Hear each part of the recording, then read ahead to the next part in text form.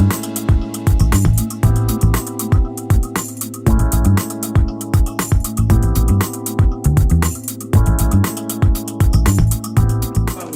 we have an icebreaker. That's for our guest benefit. I would let him know that it's his first speech tonight. So Kevin Collier, his title is my brief synopsis of how I ended up in Youngstown. So let's hear from him. Let's please help me welcome Kevin Collier.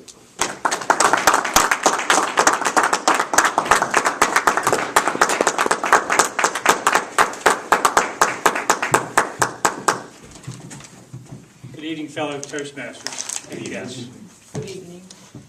This is my initial speech, my icebreaker speech, and I hope I can give you some information and some background about myself. I'm from Baltimore, Maryland originally. From Baltimore, I spent up until in my early 20s, and I relocated to Richmond, Virginia for a job opportunity. Spent 20 years in Richmond, Virginia with a very large company called Siemens. Everyone probably recognize that name. Built my career path through Siemens. Unfortunately, got in my early 40s, got laid off. Fortunately, I had friends at Siemens who moved to another organization called 3D Systems, additive manufacturing for those who understand that space. And for the next 8 years, lived in Richmond, and transferred to South Carolina, corporate headquarters. They moved from California to Richmond. I was trying to get out to California, but for some reason they weren't hearing me. Come to find out, they were actually heading east. And as they headed east, they recruited me down to corporate down in South Carolina. Spent about 8 years in South Carolina. Very nice weather, by the way, in South Carolina. Just below Charlotte, a little town called Rock Hill. And then I was up here installing some equipment at America Makes downtown Youngstown.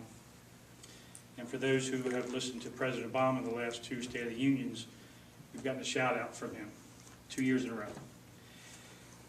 Installing some equipment in Youngstown.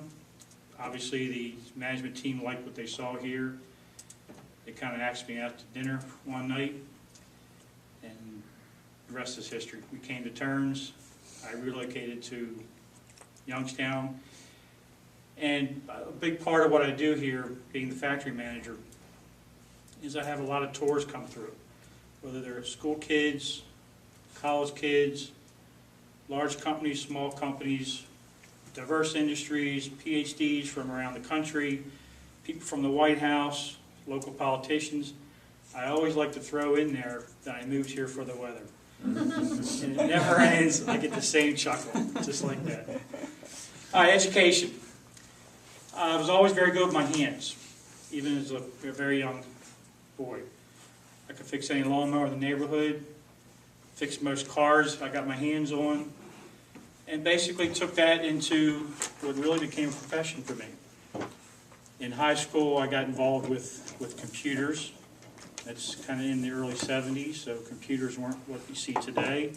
Computers were the large machines. IBM mainframes take up a good part of this room. I've been in some very large installations around the country.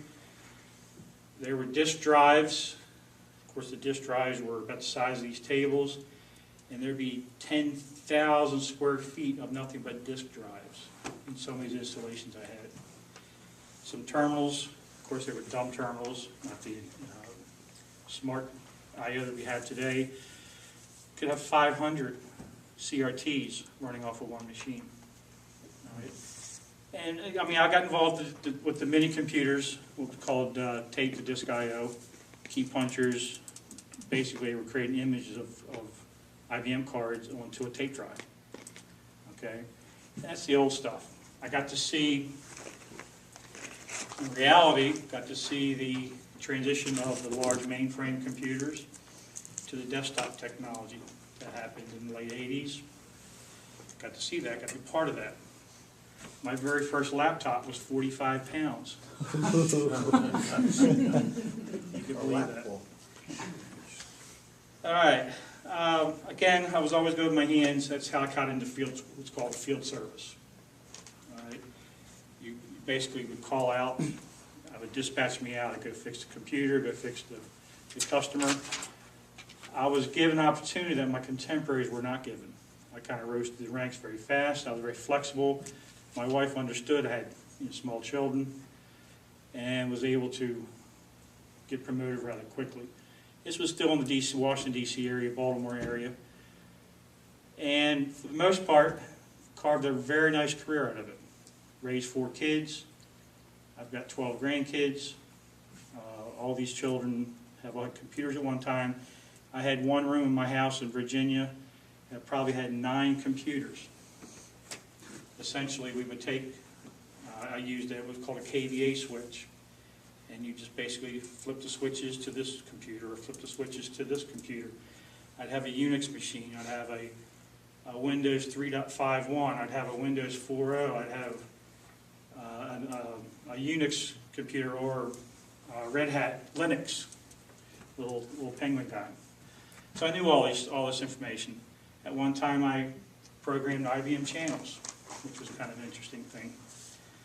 When I moved to Richmond, spent all those years there. I moved to South Carolina, spent all those years there. Moved from field service into field service management, customer service management, and I ended up being, of all things, a product manager. That's kind of what brought me here.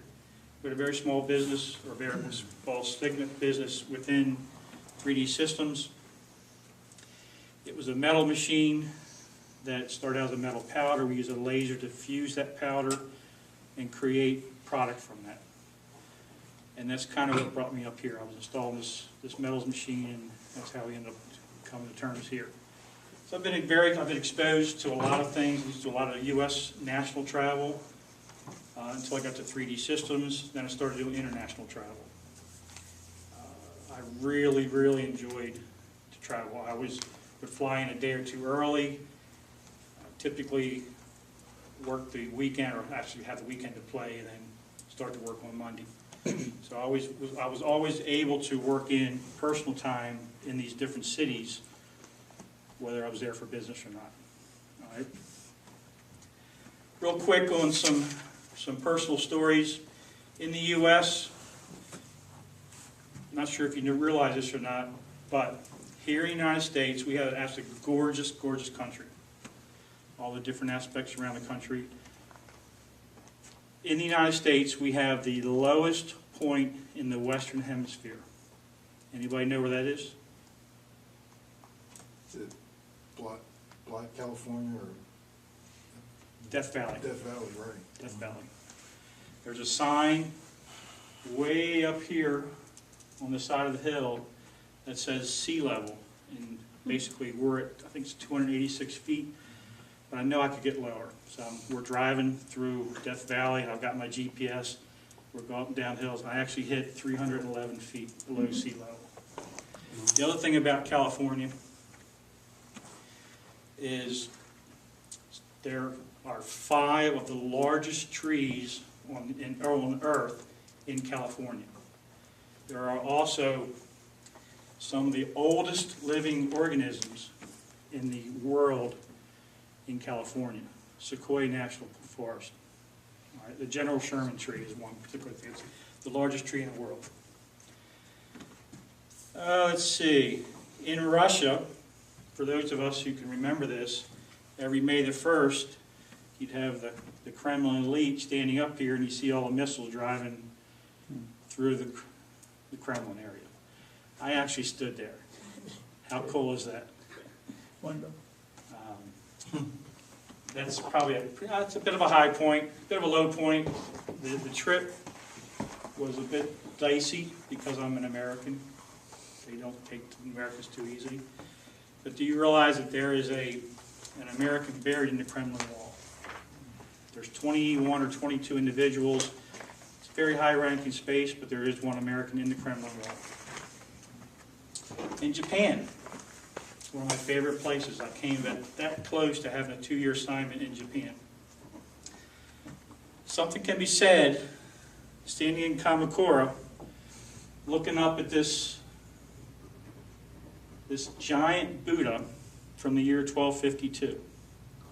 When you come into this town, from about a mile away from the train station, you can see this large metallic Buddha over top a standard, call it 1,200 square foot ranch that we can see.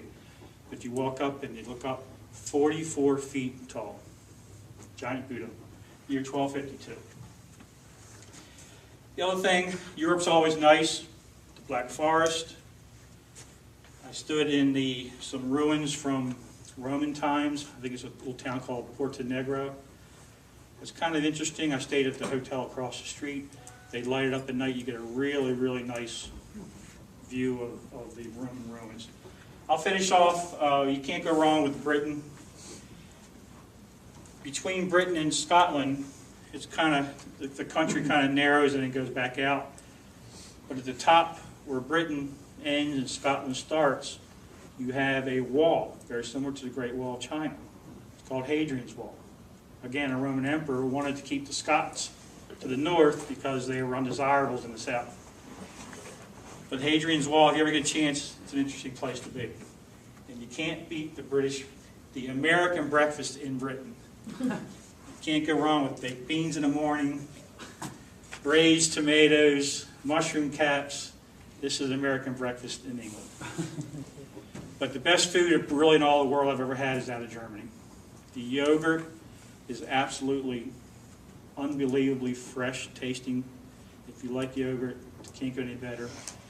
The fish in the morning, for those on the northern side of Germany, it's always the best. And of course, you can't go wrong with the beer.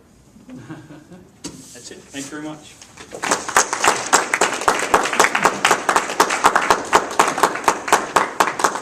I felt very comfortable in front of the group. It was a nice group. They were very attentive and they seemed to be listening to what I was trying to say. What did you want to say? Well, I thought really, I just wanted to bring the group a bit about myself. I've traveled quite a bit. I've lived in different cities in the United States. I've ended up in Youngstown. And I just wanted the group to understand that I'm just not from the area. I have to learn some things about the area, but I wanted to bring about some of the skill or some of the places I've been in my personal life. So how do you feel about being a Toastmaster? It's been a great event for me. Of course, my wife got me involved. She's been involved for a number of years. I think it's going to be a very positive experience for me personally and professionally. As I mentioned in the speech, I do a lot of factory tours with all kinds of different groups of people. So I need to hone those skills to be able to interact with all the different types of people I have to deal with day in, day out.